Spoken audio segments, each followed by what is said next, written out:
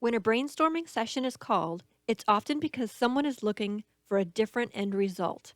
Maybe they're looking to expand their customer base, increase sales, or otherwise change directions. This can be done proactively or reactively. In general, I think everyone understands the concept of brainstorming. People gather together to come up with new, innovative ideas. However, there is a process that should be followed to capitalize on the brainstorming experience. It's a process done in 7 simple steps.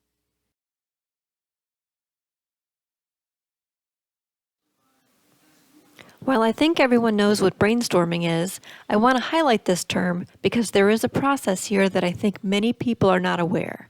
Everyone knows that you gather a list of potential solutions to the problem, but the key is to hold off on any judgment or evaluation until the entire list of new ideas is complete. When the list is complete, then each idea is evaluated. First, identify subject matter experts from various levels who will provide valuable input. Next, schedule a meeting with a call to action to bring ideas to share related to the given topic. Third, before the meeting begins, explain the rules or expectations of the brainstorming event up front. This includes holding off on judgment of any idea. To be successful, the manager's job is also to ensure any judgment or side commentary is restrained until all ideas are shared. Think about it. If someone shares ideas and they are constantly dismissed, he or she will probably stop sharing ideas. This process helps promote all ideas.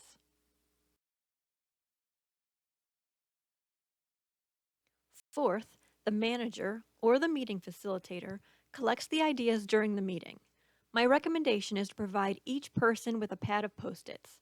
Have everyone begin to write down their ideas, and I suggest a minimum of at least 3 ideas per person, listing 1 idea per Post-it. As each person finishes, they post their ideas on a wall or whiteboard. The manager can begin to organize into common themes. Fifth, once everyone has posted their ideas, the manager shares each suggestion with the group. Ideally, this is done in person. However, if this is a virtual event, SMEs can either post their ideas in a chat during the meeting, or the manager can collect the ideas virtually, categorize them, and then share accordingly. The next part is key and the reason for the rules.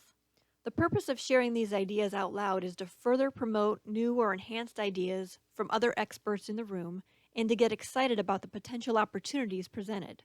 All are welcome to come up with additional ideas at this time, building synergy and building upon ideas as they are mentioned.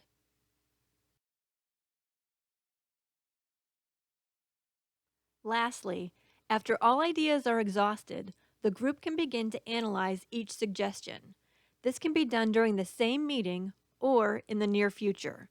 At this time, suggestions can be debated, pros and cons can be listed, and this team of SMEs can collectively come up with the best new innovation. At the end of the day, brainstorming should be an enjoyable exercise. The people in the room are there for their expertise in the subject and are willing to help.